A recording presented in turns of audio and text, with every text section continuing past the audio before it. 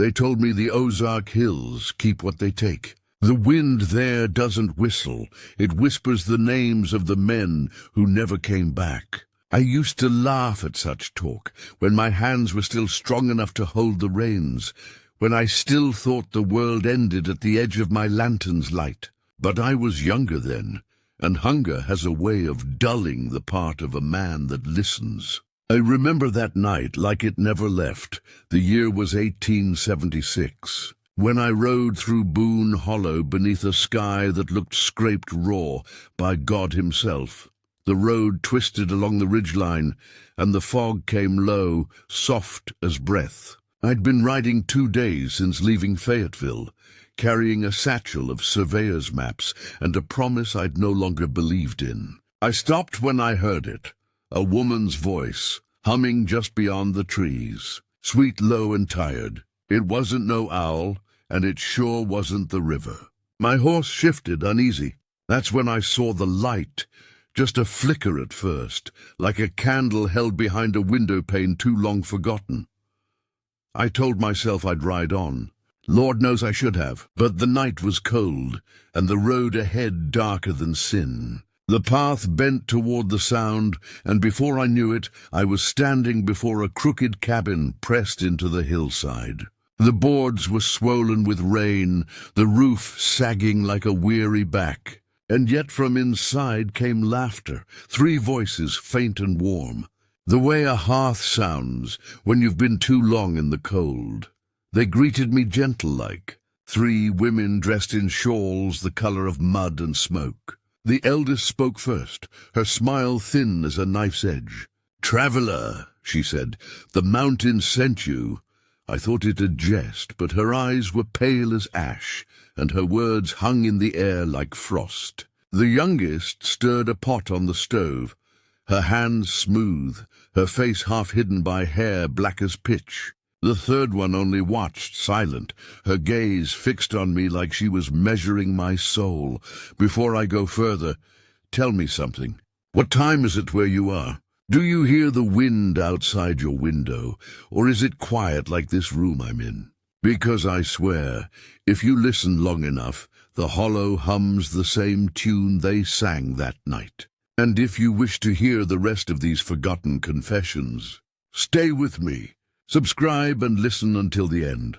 I took their stew, thick and dark, and ate till the spoon trembled in my hand. The eldest hummed while I chewed, her rhythm slow, patient, older than prayer. When she stopped, the silence felt alive. I noticed jars on the shelf filled with hair, teeth, and river stones. I thought maybe they were charms, or maybe memories, pressed in glass. My throat tightened. Then the young one spoke. "Men come here when they've lost their way," she said. "Some leave lighter, some not at all." Outside, the fog pressed against the windows like it wanted in. And I couldn't tell any more if I'd found shelter, or stepped clean out of the world I knew. Morning never came in Boone Hollow. Not the kind you could see, at least.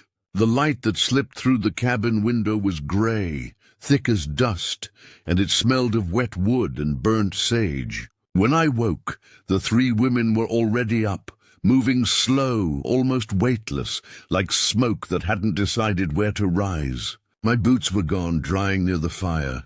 My horse, too. I remember calling out for him, but the sound died quick, swallowed by the hills. The eldest woman, they called her Mabel, handed me a cup of something dark. "Drink," she said. "You rode through death's breath last night." Her hand was warm, but her skin looked like paper stretched too thin. I drank. It was bitter and sweet both at once, like burnt honey. My head swam a little. The cabin walls seemed to bend when I blinked, and for a moment I could swear I saw shapes carved into the logs, symbols maybe, or faces pressed from the inside. "You slept in her room," whispered the youngest, standing by the doorway. "No man's done that and seen the sunrise."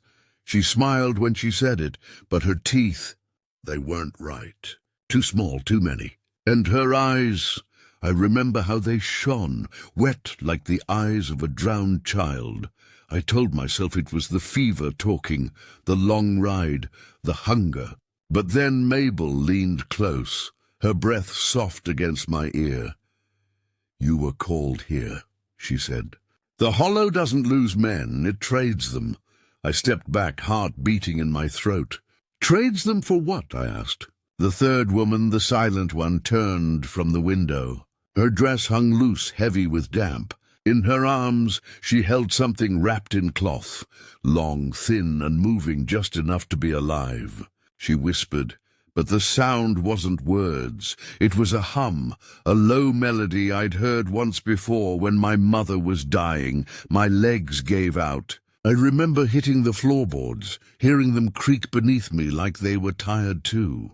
"Your kind built roads," Mabel said. "You tore through the mountain's veins and called it progress. We're just mending what was broken." She reached for my hand and set it upon a mark burned into the wood, a circle of ash and bone dust. It was warm, like breath trapped in the floor. And I felt something then, a pull deep in my chest like a rope tightening, the kind that doesn't let go once it's tied. "Tell me, where are you right now? Somewhere safe? Somewhere with walls that don't listen?" Because I swear the Hollow's still there. And when the night goes quiet enough, you can hear them hum that same tune. I remember trying to run, but the door wouldn't open. My body felt heavy, as though the air itself had thickened around me. Mabel's eyes followed me, calm and pitiless. "You can't leave yet," she said. The mountain hasn't finished listening, and then, just beyond the walls, a sound. Like hooves, like my horse pawing at the dirt, calling for me. I turned toward the window, but what I saw out there wasn't my horse. It was something standing upright in the fog, wearing its hide like a coat. I should have never looked out that window. Whatever stood there in the fog, it wore my horse's skin, but its shape wasn't right. The limbs bent too far, the head hung too low, and when it moved the sound wasn't hooves, it was breathing. Wet, broken breathing. I stumbled back, but Mabel only watched, her expression soft, almost sorrowful, as if she'd seen that shape 1,000 times before. The youngest woman brushed her hair aside, and in the dim light I saw the scars that ran down her neck like black roots. "He's almost ready," she murmured. "They always try to fight it, but the Hollow's patient." I didn't understand then. Maybe part of me still doesn't, but I knew something had already begun, inside me. My chest hurt with every breath. My tongue felt thick, like it had been asleep for years. I remember asking, "Who are you?" And the silent one finally spoke. Her voice sounded like the crack of wet wood. "We were once what you are now," she said. "Men came here to take from the land. We stayed to give it back." The words didn't make sense, but her eyes, God, they looked like the earth after rain. "Dark, alive, endless. Before I go further, tell me, where are you listening from right now? And what time is it where you are? Because the Hollow doesn't care for hours or clocks. It stretches the night until you can't tell if it ever ends. If you wish to hear the rest of this truth, don't turn away. Stay and listen till the end." Mabel set a wooden bowl in front of me, filled with something black and still steaming. "Drink," she said again. I tried to refuse, but my hands betrayed me. They lifted the bowl on their own. The taste was iron, salt, and something faintly sweet, like blood left too long in the sun. My throat burned, my vision dimmed, and when I looked down, my skin was changing. The veins in my wrist darkened, crawling like roots under bark. My breath came in ragged gasps, but no one moved to help me. The young one knelt beside me, her hand trembling as she touched my cheek. "You see?" she whispered. "The mountain remembers." The walls of the cabin shifted again, the wood groaning with something that wasn't the wind. Faces formed in the knots, old and twisted, whispering prayers too low to understand. I crawled toward the door, clawing at the latch until my nails tore, and just as I forced it open, the world outside wasn't the same. The trees were taller, the air thicker, like I'd stepped into something's throat, Behind me, Mabel called out, "You can't leave what you've already become."